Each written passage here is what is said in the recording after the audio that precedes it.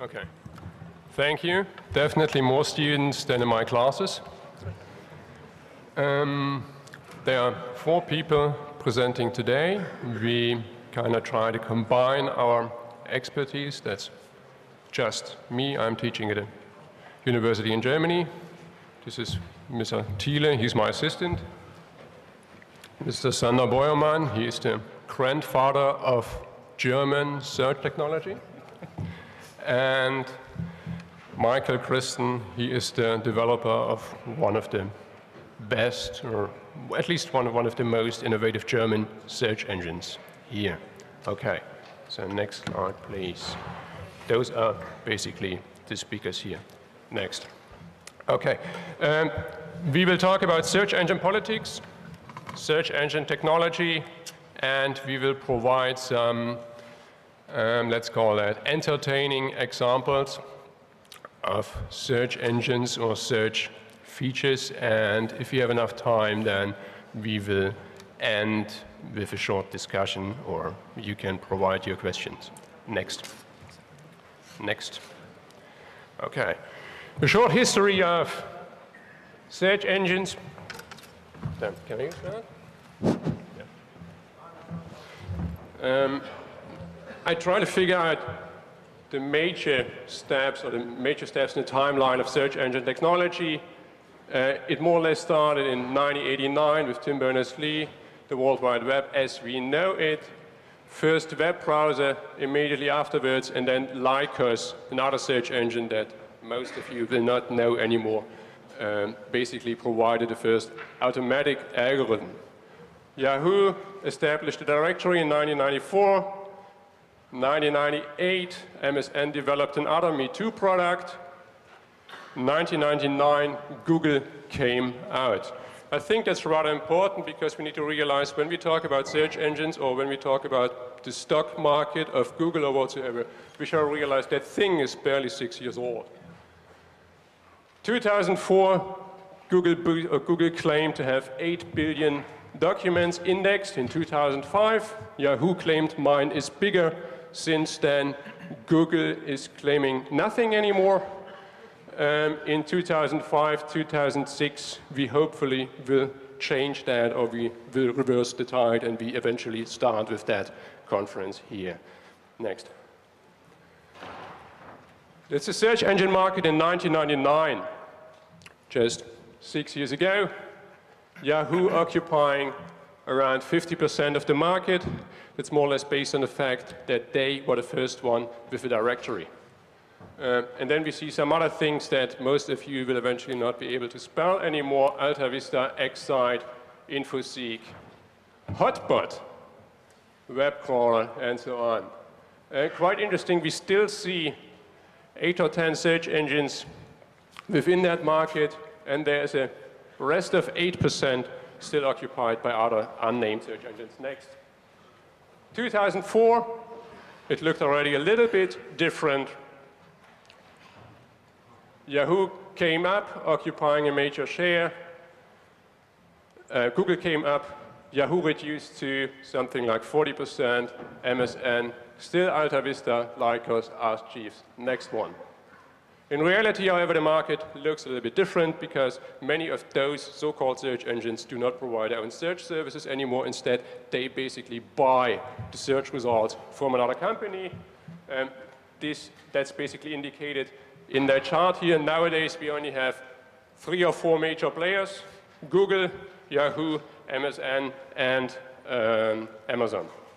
Next. The real market in 2004 would look something like that.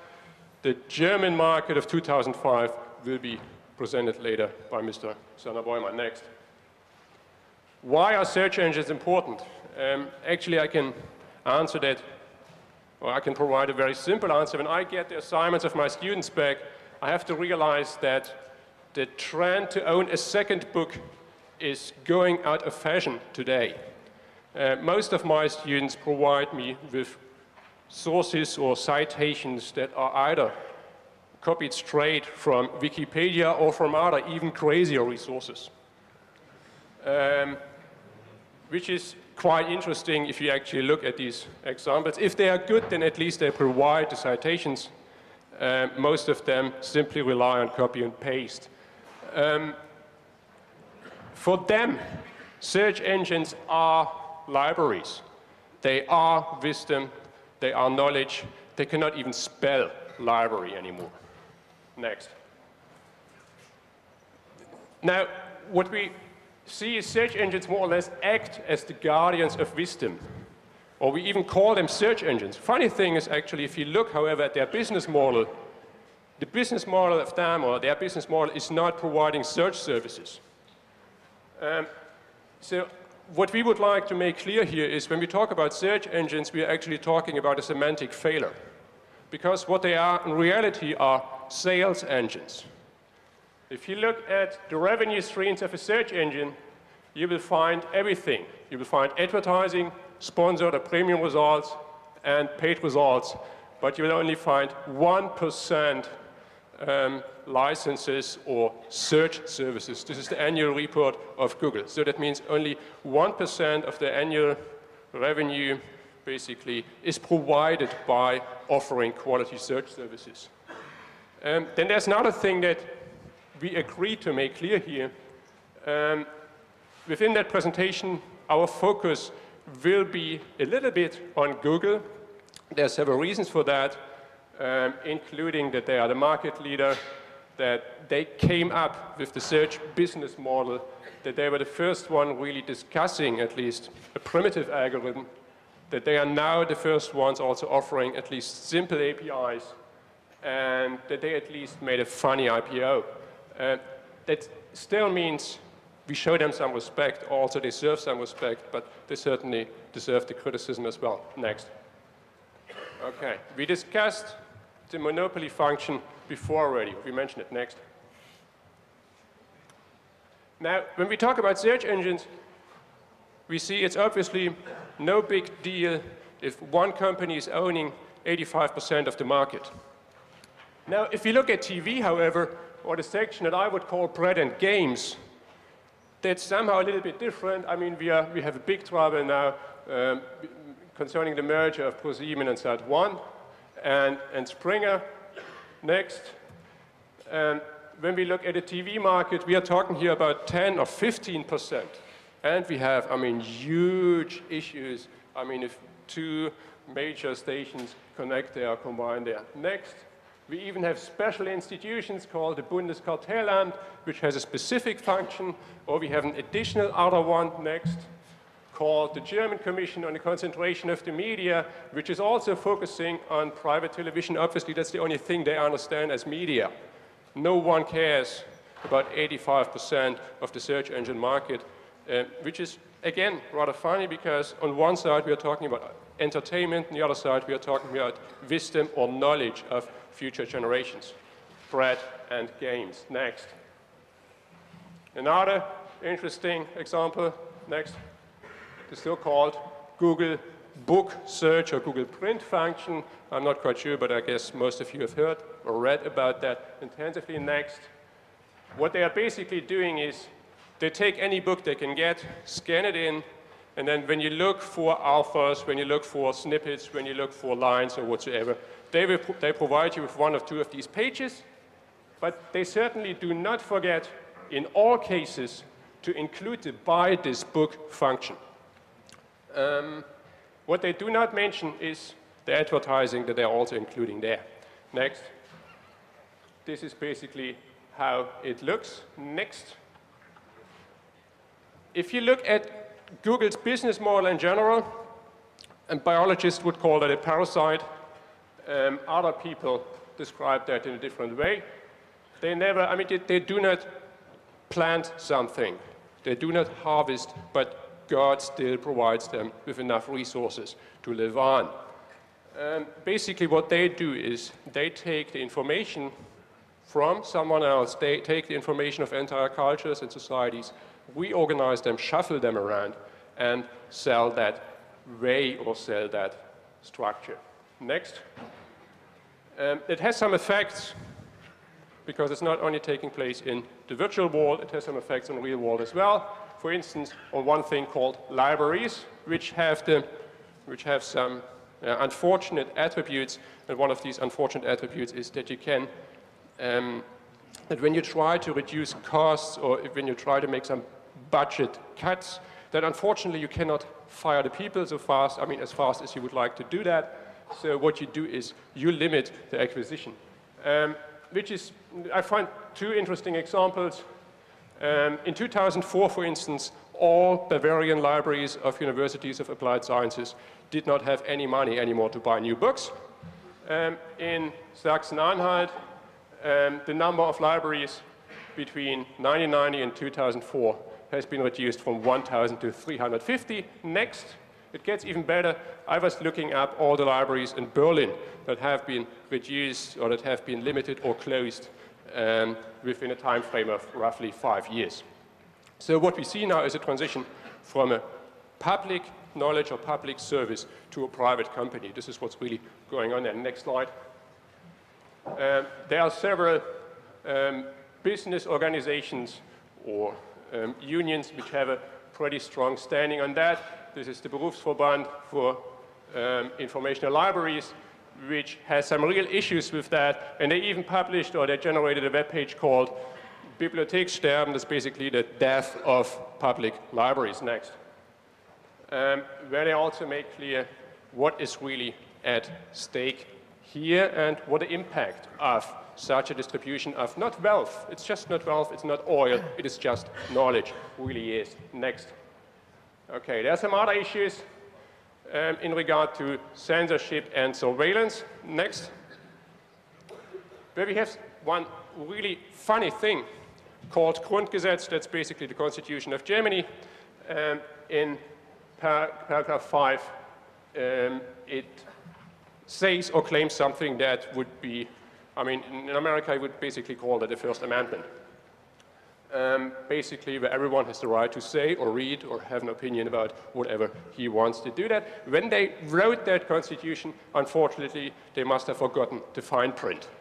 Next one. Because they did not take into consideration the transition from the public to private. We are not talking here about the Stasi anymore. We are not talking here about the Gestapo. We are not even talking here about the NSA.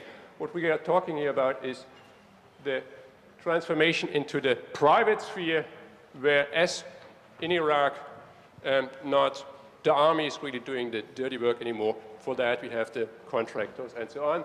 In that case, we have one search engine that is not only providing search services, that search engine is actually providing much more, including profiling more or less every user with every attribute, with every email you write, as long as you use the email server, with every web page you look at, through the banner advertising, with every news, with a social network, shopping engine, and so on. They even bought Blocker. Next. Google is also involved in censorship. There are many cases we have presented or discussed them last year. Just two of the most interesting ones in regard to China, where Google has been censored by China, and now in response, Google is censoring for China. They came up with an answer for that called LGUG, which is more or less a translation of a mirror for Google, which allows Chinese servers still to access these web pages. Next. If we think this is unique for China or other dictatorships, then you might want to reconsider that, because Germany is not that far either, especially in regard to issues dealing with the Nazi past and so on. Next. Okay. We have seen that chart where Google is basically integrating all these search services, which allows them to establish a complete profile of you and all of your features, communication, email, shopping patterns, and so on. Now the Americans came up with something even funnier. They call it the Patriot Act. Next. Which allows them to deter and punish terrorist acts in the United States and around the world, to enhance law enforcement, investigatory tools, and for other purposes. I guess for other purposes includes kidnapping German citizens. but it certainly includes providing every interested party in the United States with your personal profile based on the fact that your profiles are stored in the United States. And that means the Patriot Act doesn't even provide you with the same security that you would get if you would be an American citizen, a brave American citizen. Next. And there are other issues as well, so-called brain drain. We think that applies only to third world countries. Next. Forget about that. That's the same for Germany as well. I tried to figure out, how is Google actually contributing to search engine research, corporations in Germany or in Europe? That is the answer I got for the attendance, for the people here in the audience who cannot speak German. I will try to translate it. Dear professor, unfortunately I cannot help you. Google does not provide or work or cooperate with master thesis projects with German universities. We only provide you with lower class services, yours sincerely, and so on. Next. There are some other issues here. Currently, worldwide, we have only 2 research centers, search engine-wise, outside of the United States. One is in Bangalore, makes sense, and the other one is in Zurich. That is based on the fact that two of the major players within Google, Urs Hölzle and Monika Hansinger, basically came from Switzerland, and now they are, at least Monika is moving back, or has been moving back as far as I know. That has an impact. That's not as easy as it sounds, because in some of these areas there is a certain national interest in regard to that knowledge, wisdom, know-how. Or to put it even simpler, if Google is not cooperating with German universities or other search engines as well, we are not talking here about Google, then the result means I cannot train my students to work or research on these issues, and that means I lose them to the dark side. Basically what they do is either hacking or doing marketing. I'm not quite sure which one is worse. Current job descriptions, if you look at the job descriptions at the Google website for Germany, you will figure out that they are mostly focused on sales or marketing. They do not produce knowledge. They treat us like a third world country. Japan and China have already responded to that. They are now focusing on developing their own state-sponsored search engines. I have some issues with that, but at least chose an alternative to deal with that. Google recently has announced a European Research Center in Germany. There are no detailed figures about that anymore. However, when they publish the figures, I will certainly compare them with the new with the new Red Lab that they have just now sponsored together with Microsoft and Sun. That sounds rather fishy, for $7.5 million, which allows them just the money to hire 10 computer science graduates. $7 million. Next. Now, it's getting even funnier. They don't even hesitate to take it from the poor and the helpless. Next. Google has developed one function called autolink. To be honest, must be said, you have to activate the autolink function within the Google toolbar. That thing is basically connecting any standard issue information and trying to make a link out of that. So far, so good. Next. There are some institutions, however, that make a living from these links or resources. For instance, I was just looking for one. I'm not quite sure if that's a good one. I was just looking for one at Google.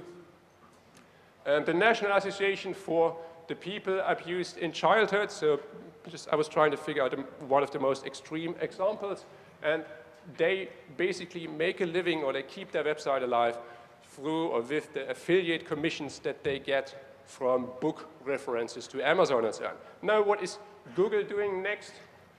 Google is enhancing that feature, taking away the links and replacing their affiliate ID with Google owns affiliate ID. So basically stealing them the money or the links, and this is something that really bothers me. Next, there are some options and alternatives, and I will briefly mention them. Next. For instance, transferring all the knowledge that we have already produced or that taxpayers have already paid for into the public domain. That also means transferring search engine knowledge into the public domain. That could, for instance, mean transferring Google, or at least the Google database, into the public domain. I'm not only talking about APIs, I'm really talking about taking it away. Other latest distributed search engines, and so on, but we will hear more about that from Mr. Sander-Beuermann. Thank you.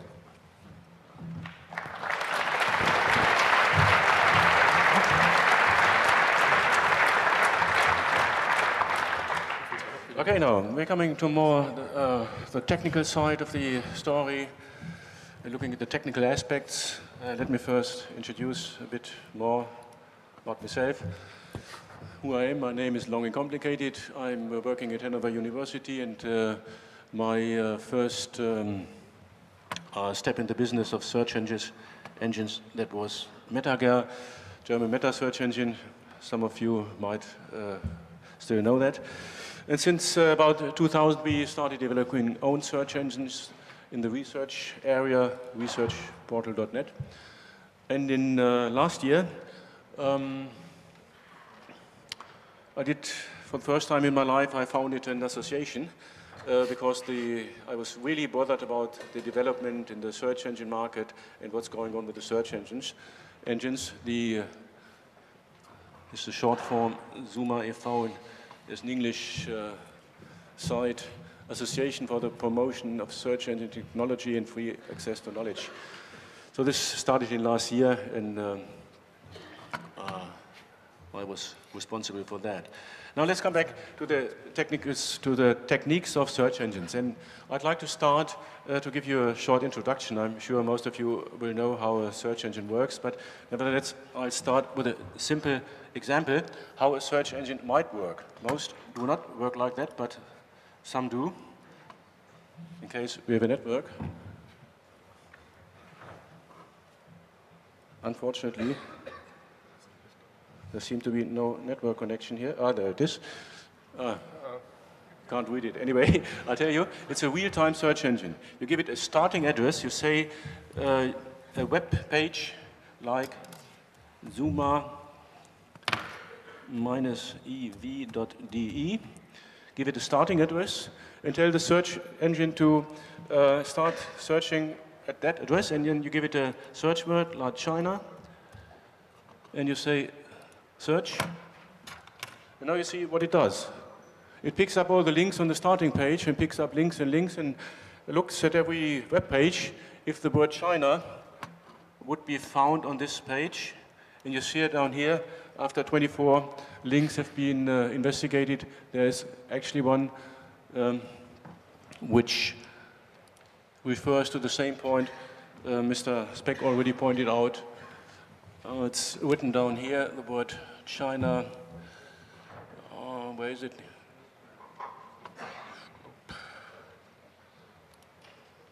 It's mentioned here on this press notice where the Google involvement in China is discussed.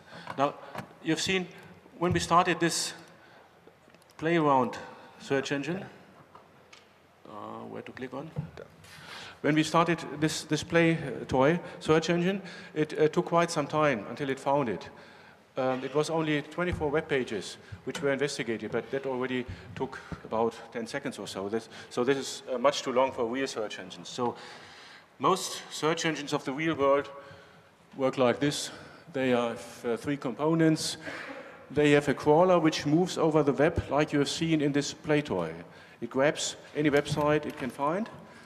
Then it takes that website, makes an index of it. That means it puts all words which it can find on that page in a database, stores it, and makes this database available over web interface to the user. And that's what you see of the search engine. That's the part the user knows of the search engine. So with this method, you just know what's in the database of the search engines. You don't know what's actually on the website.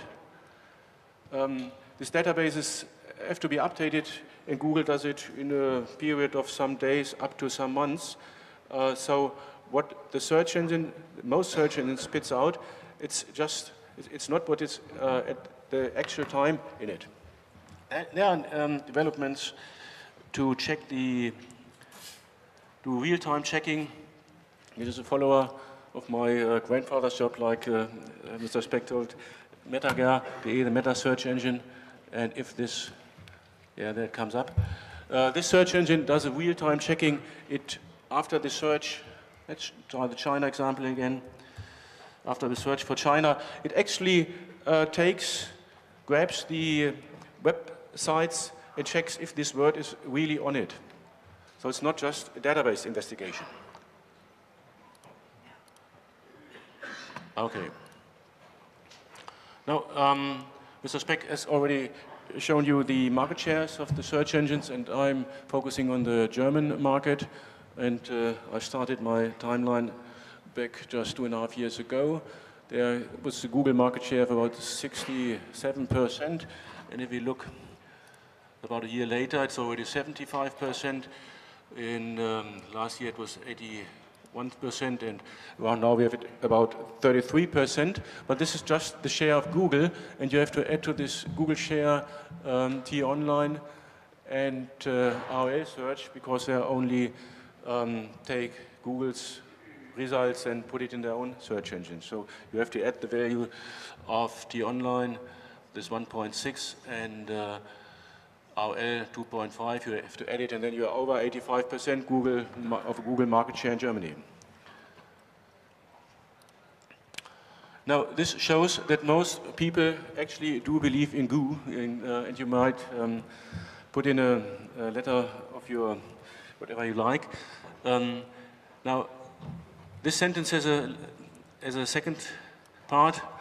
I call it a miserable failure to believe in Google, and I will show you an example why I call it a miserable failure. So I click on the Google homepage and I type in miserable failure.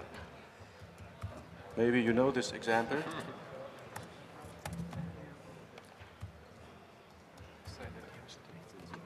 If I haven't mistyped it, and it looks okay, the homepage of George Bush comes out. Now, if you actually look on this homepage, you would not find the words failure and miserable, of course, on this page. So the question might arise how this happens. And the story is very simple. This is tricking Google, dirty tricks against Google, or we might not call them dirty, tricks against Google. Google does not just take the words on the websites, Google takes the words on the links to the website as well. So if you don't like anybody, you put a lot of links to him, and you don't need very, very many. It's about in the range of 1,000 links, and you put ugly names in that links, then these names will show up in the Google results of the web page of the person who wanted to annoy.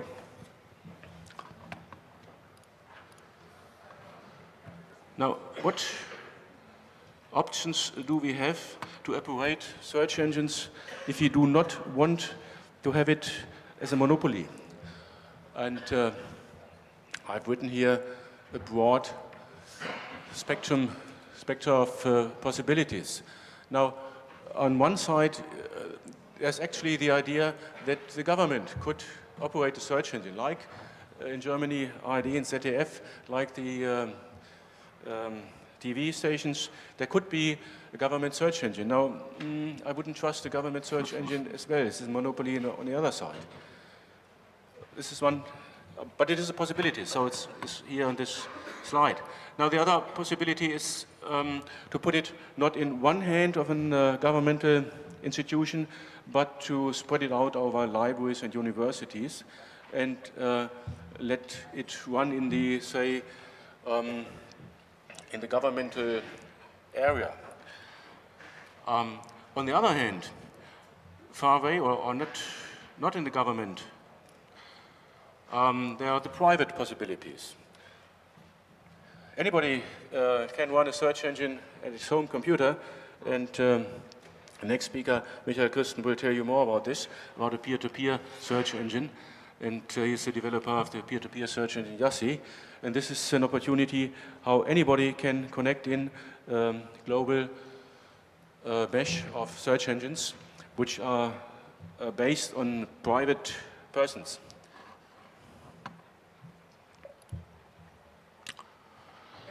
Now, this system of private search engines or half-private search engines may be organized in different ways.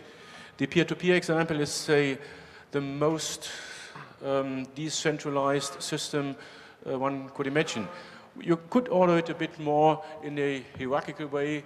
This was the system I thought of when I mentioned the universities and libraries who might run smaller search engines and combine them by meta searches to global search.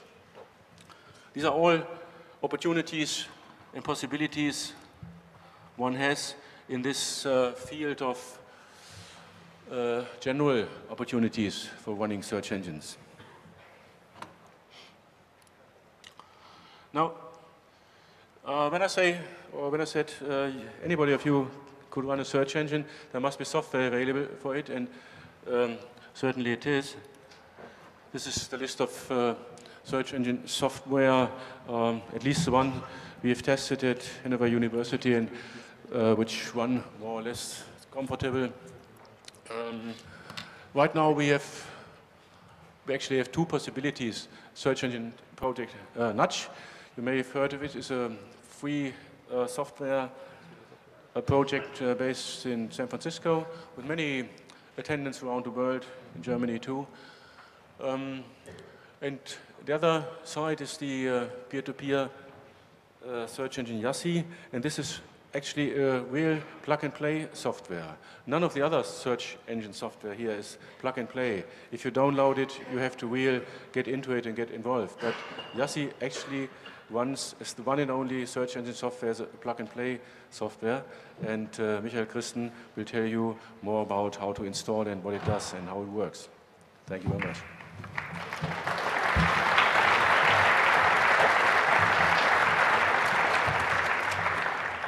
Thank you, Wolfgang. Good evening. I'm the architect of the peer-to-peer search software Yassi, and I want to tell you something about it. First, what is it? What can it do? It's a search engine containing the standard elements of a search engine, the crawler, an indexer. It has its own built-in database, and it has a search interface based on an HTTP web server. The web server is running on your computer, and this is all in one simple to install application. But we also added a peer-to-peer network protocol to the search engine, and so the search engines can connect to each other. So what can you do with a peer-to-peer network protocol on a search engine? Parts of the protocol is to send parts of the index to other peers, which you can see on the left side. And you can do a crawl in your peer, and you can also distribute parts of the peer. So every peer can send parts of the index and parts of its crawl to other peers. And the most important thing that every peer should be able to receive from other peers is it can receive index fragments from other peers when it does a web search. So the next question is, how should peers be connected in a network? We have two choices. One is connect peers in a hierarchical way, like you see on the left side.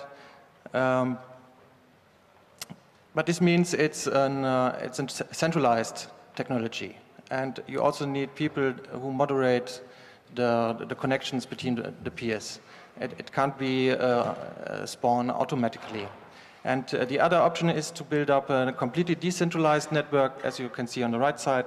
It looks a little bit chaotic, but it's not. There are well-known technologies to organize such networks, like using a distributed hash table to organize the data. And that's what we do. And actually, the Yassi network looks like the network on the right side. And I'll show you a picture of the network. This is a drawing of the network 2 months ago. And the dots at the circles are Yassi peers. Around it are names of the peers, and we organize the data with a distributed hash table. And there's no central server who organizes that. The network is completely self-organizing. So how can a search can be done in such a network? I will give you an example.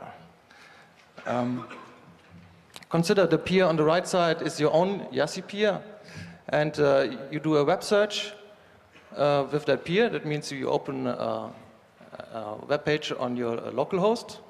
It's a local. The standard is localhost port 8080, and you have a search interface like you know it from all other search engines. And if you start a web search, then your peer computes where that part of the index in the network should be, and addresses those peers directly.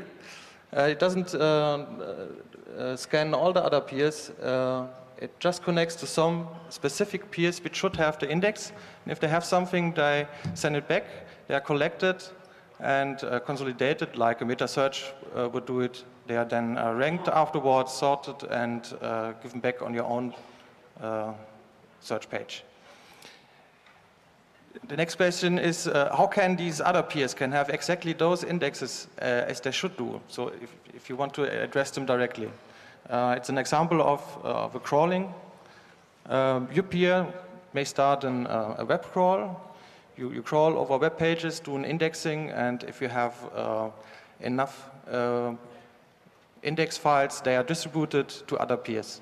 You can imagine it's like a file sharing network, but they are not generally files shared, but only index fragments are shared through all the peers. And they are organized in such a way that the peers get only those indexes as they are expected when some other peer does a search. So they can be addressed directly, and this is relatively fast. We can do a web search now within 6 seconds. It's still much longer than you search with other centralized search engines, but we are working on it, and I think 3 seconds is possible, so this can be really used as a web search engine. The advantages are clear. You can't do a censoring in this network. There's no censoring. It's not possible to take out globally information from it. Every peer owner has the right to remove information from his own peer, but he can't influence the other peers. So maybe someone can remove one part of the information, but not from all the other peers. And if the web index is distributed, it's distributed in some redundant way, so that some information is always available in several places. And not one only peer can remove all the information or one word or one web page from the index. And everyone can put information in the network. So yeah, everyone. This is kind of a tool of information freedom. Everybody can put information, and this can be done in a cooperative way, because there are the network protocols to start distributed crawling, and so the software is open source, and everybody can see how it works, and that there's effectively no censoring. So this is all about information freedom. It's possible to create a web information freedom with it, and now it's on the user to make this true. So everybody should participate in it. Yeah. The problem is if there are too less peers, the information is low, and maybe there are not enough people who like it because the information is bad. But the more people participate, the better gets the quality, and maybe then more people think it's a good tool, and this makes even information better. So I hope you all join this in the Yassi network. Thank you.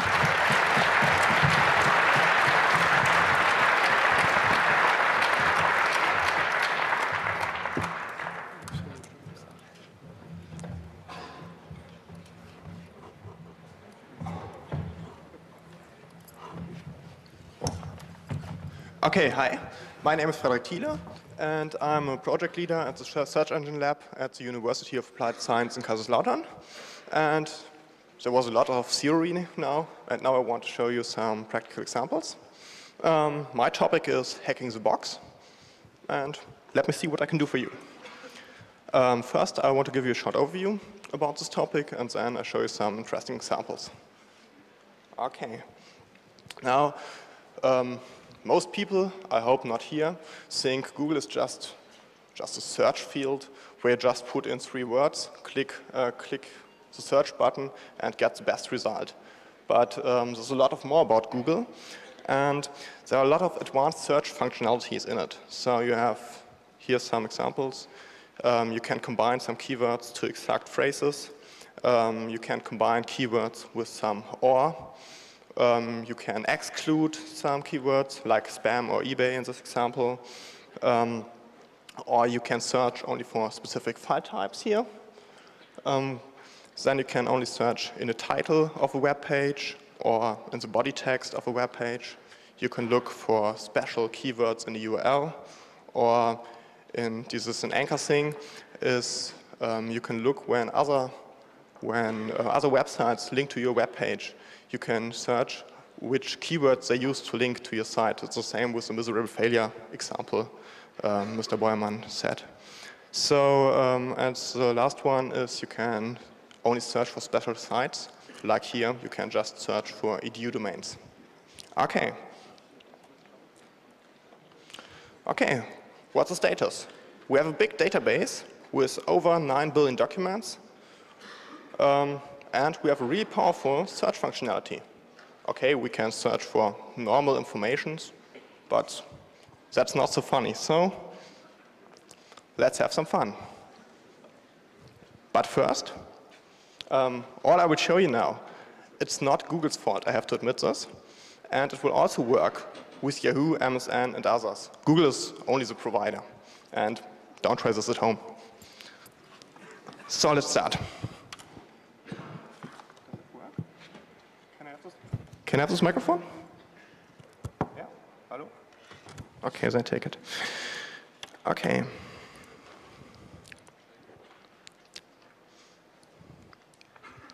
So first of all, I will now show you some examples how you can really use this advanced search functionality to find interesting things in this huge database.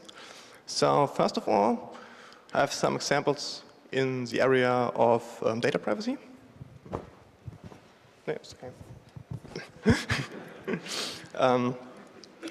First of all, I searched for some edu sites, just as schools in the US, for some grades. And if I look here,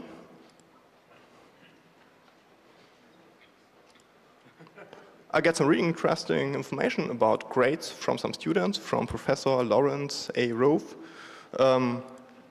with detailed information about the work of the student and so on. I will not that you can find this for my work.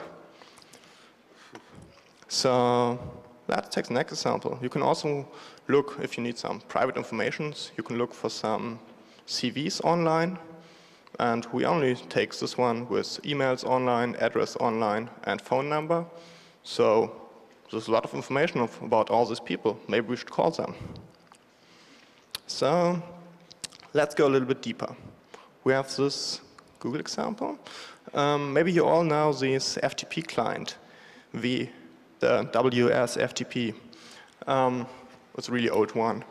And it stores all your passwords and your sites in this file, in this ini file. So maybe we find some of these files online. Let's take a look. Oh, okay. No, wait, this is a Google example. Okay. Here we have a lot of these files. And here we can just go and download them. Okay, but I've prepared an example. It took you just 5 minutes to figure it out. This one. And you see here, if you scroll down, there are some good examples of the gmu.edu. And there's a passport. But the problem is this password is encrypted. But no problem, we can just copy it and put it in our own ini file and it will work. So that doesn't help. Okay, we look down just a little bit more. Some other servers from this edu domain. Okay, maybe we should look who's behind this address.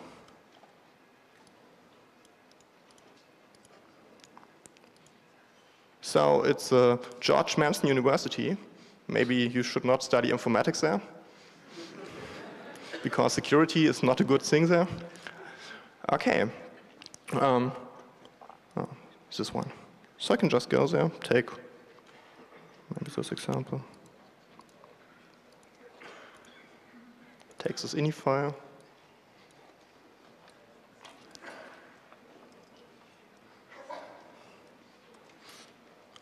Okay. Here is it. I just have to put this OK button, but I think it's not a good idea to do this here. But. Okay, now the next one. There is a program out, it's called HitJammer. It's just a small CMS system, nothing special. But let me search for them. I have just to search for the string powered by HitJammer 1.0. Okay, now we have to add just, maybe we should take this example. They have an admin interface also. And I have just to add the string. And now there are a lot of usernames, first name, last name, username, password, email address. Hey, someone was here already. Who was it?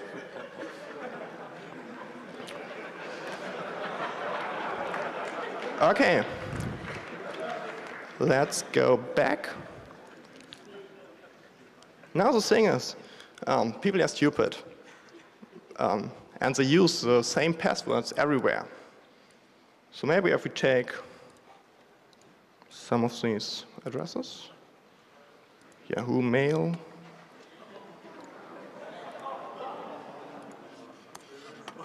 okay, we have also a password. Hey, it's just online, free information. Okay, that's it. And maybe I, okay.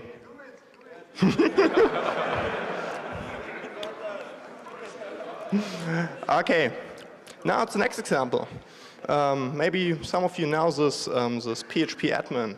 It's just a web interface for databases. And it's a really powerful tool. You can do everything with your database with this tool. So we can search for it. And we found 1,600 pages with this PHP admin. Sounds cool for me. So let's look what we can do with it. Here's the first example. I just took 10 sites and took these 2 examples, so it's not a big deal. I not searched about the 1,000 pages to find this example. Okay, and they have databases. Okay, so hey, they have a database. Hey, they have an online shop. Cool. Orders, articles, sessions. Sounds like fun. Let's look on their website. Oh, PC service. Maybe I should order there. I can go directly. For your nerds, it's no problem. You can just order in the database. It's really easy. So cool interface. And you can, maybe you can calculate the prices by yourself. I don't know. Okay, look at the second one. We also have this one, okay, with here also databases. Hey, they call it Motec24de. Maybe this is their URL. Okay, Banktransfer. Okay. Page.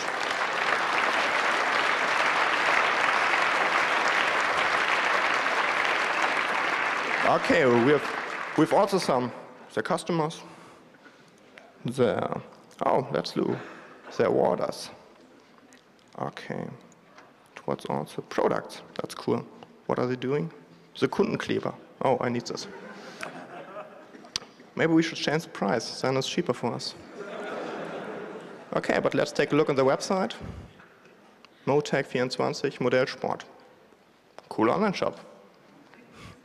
Okay, now I have another example, but I have to do it with the Internet Explorer because it doesn't work here. So, yeah, this links this webcams, they use ActiveX, so it doesn't work here. Okay, so all of you know these wireless internet video cameras. Linksys is really popular on this.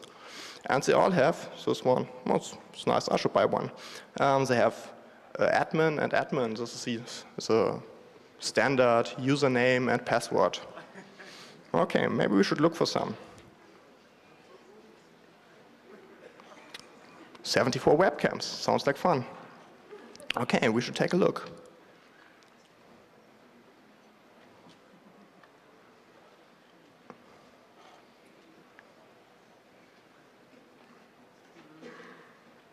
It takes a moment.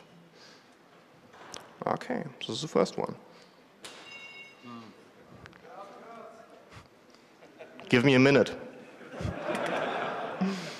Okay, let's take a look at the second one. Yeah, it's called Christmas Cam.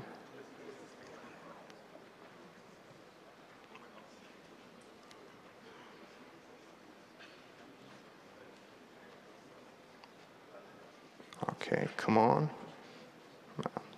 Good. So, Christmas for nerds. Okay, I have a third example.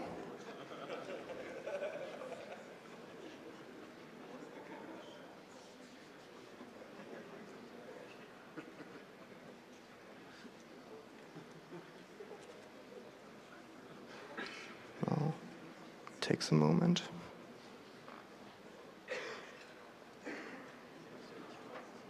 Oh no. Oh, I think this guy turned off his webcam. Maybe he saw me. Okay, but I have some screenshots I made some hours ago for you. Just back up. Okay, I have this one. So it looks some minutes ago or some hours ago. Just take a look. I just clicked on setup and he doesn't change the standard password, so it was really easy. So I can really configure his webcam, and I put this text. I have an eye on you on his web page, so maybe he saw this.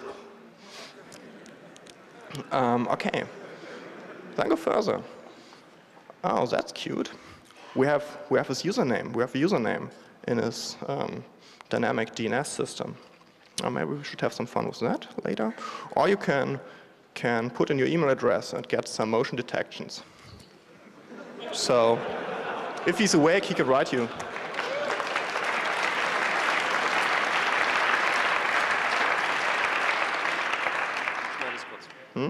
Okay, so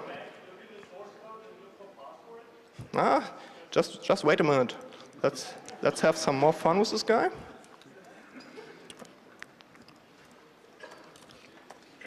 So we have his username. Maybe Google knows more about him. It's called Scott B256. Oh, there's a page.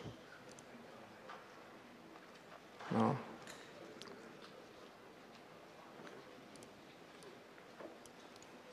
This page sucks, but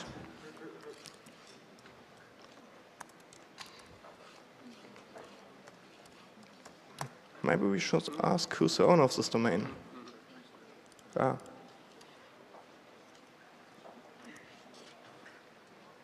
Okay. No.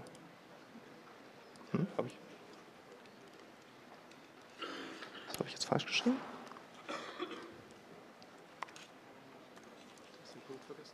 Ah. Nein, einfach nur SC. Einfach nur SC, das ist .com weg. Das ist .com weg. Freitag Ah. Ah, okay, no.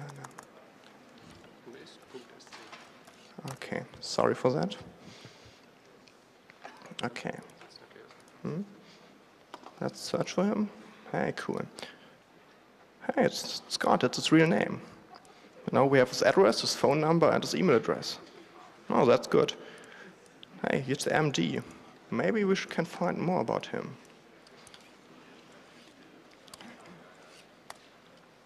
Okay. Hey, 25 sites about Scott. Okay. Okay. Okie dokie. So now you can find more about him, some profiles and so on. And now the last thing, for the guy who asked some minutes ago, what could happen if you really have this webcam and you don't turn it off or you don't secure it? So this is just one example. It's maybe some of you know it. It's really popular here.